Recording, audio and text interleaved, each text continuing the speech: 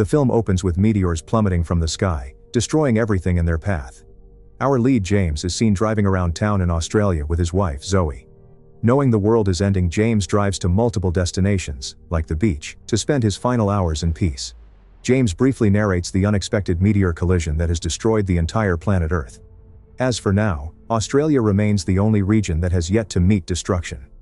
James dwells in alcohol and drug consumption, whereas other people in his town are bidding farewell to their world in their different ways and fulfilling their final wishes. Some pray, and some wreak chaos on the streets. 12 hours before Australia is struck by the meteors, James decides to leave the house and attend a party in these final hours to make himself believe that he has lived his life to the fullest up until the very end. Zoe plays the pregnancy card to keep him bound at home with her in the final hours, but James still leaves for the party, as he knows the world will cease to exist long before the baby comes out. He drives around town alone this time and consumes an entire bottle of alcohol by himself. As he looks around, he struggles to process the reality of what is happening and suffers mentally. Moving on, James reaches a point where the road is blocked by some people. A crazy man suddenly gets inside his car and puts a machete to his neck to control him. He orders James to drive upon his instructions. As James speeds away under his influence, we see a naked man hanging from a lamppost who has taken his own life before the ultimate end. The crazy man seems intensely focused on reaching a destination. And when he does, he gets out of the car to beat someone up in frustration. James takes this opportunity to flee on foot, as he doesn't have the time to start his car. Leaving his car behind, James ends up in a neighborhood where the crazy man with the machete chases him. He ends up hiding under a parked vehicle and prays to the Lord that he doesn't get caught. Once the crazy man leaves, James gets back up and decides to run away. But his eyes catch an unsettling glimpse of two wildly obese men abducting a young girl and bringing her home in their rusty red van. James immediately enters the red van as the men take the girl to their place. He equips himself with a hammer from the van and barges into the house. Even though he gets brutally attacked by the fat man, he manages to swing the hammer at full speed and whack the man's skull, which ultimately kills him. He gets rid of the other man as well and rescues the girl, who goes by the name Rose. Despite being hesitant at first, Rose jumps into the red van with James and speeds away from the neighborhood, knowing the dangers that humans pose to one another now. On their way, Rose tells James how she got separated from her father when the two were on their way to visit Rose's aunt for a family reunion. Rose asks him to drop her off at her aunt's place, but James, still being selfish, wishes to attend his party instead. On top of that, he is short on fuel, so he is technically unable to drive her to her aunt's place, which is on the other end of the town. However, he pities the girl for being alone in her final hours, so he decides to help her find her father. Rose also settles on this negotiation and leads him to the place where her father's car broke down. Unfortunately, they don't find Rose's father when they arrive at the place. James gets into an argument with Rose over this and doesn't get along with her at first, but soon grows fatherly instincts and vows to take her under his wing. Whereas the world is on the brink of destruction, the film focuses on the relationship between James and Rose. James drives Rose to his sister's place and knocks on the door, but no one responds or opens the door for him. Suspicious, he lets himself in from the back.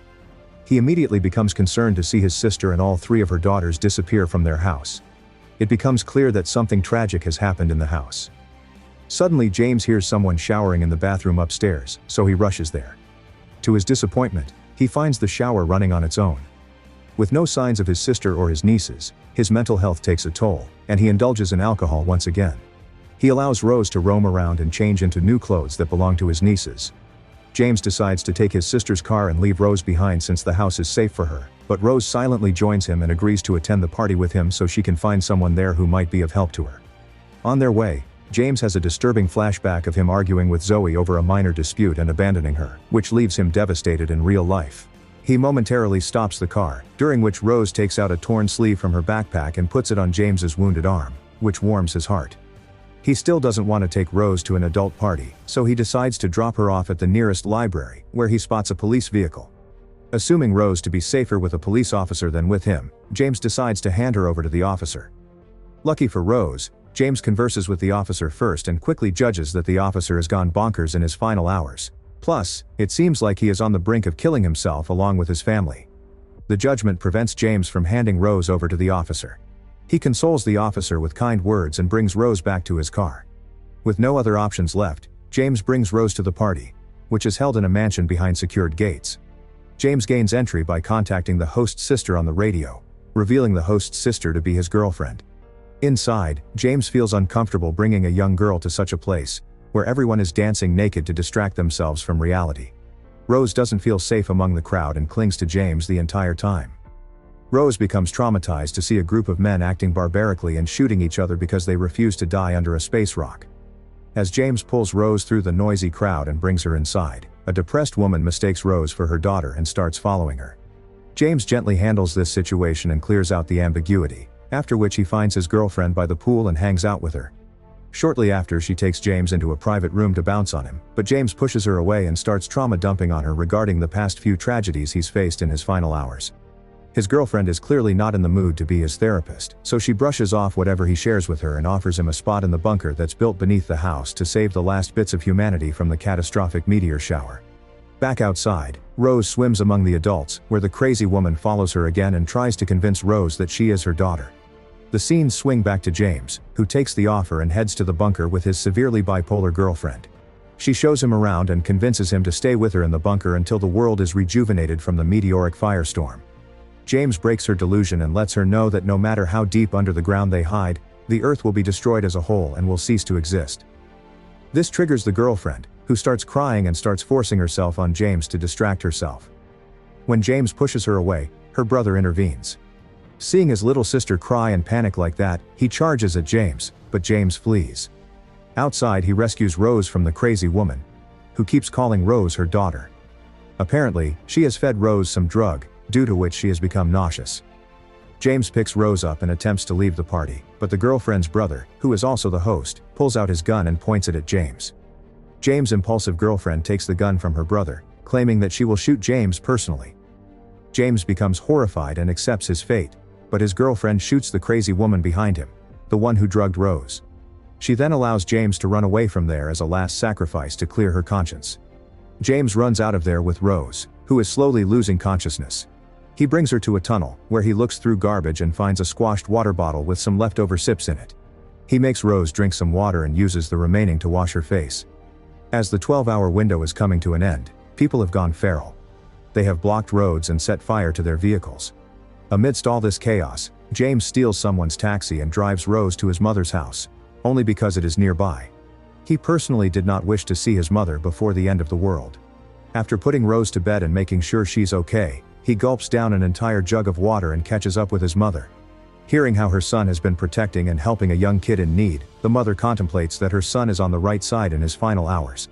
This brings her true peace in her final hours. In the end, she asks James if he saw his sister on the way.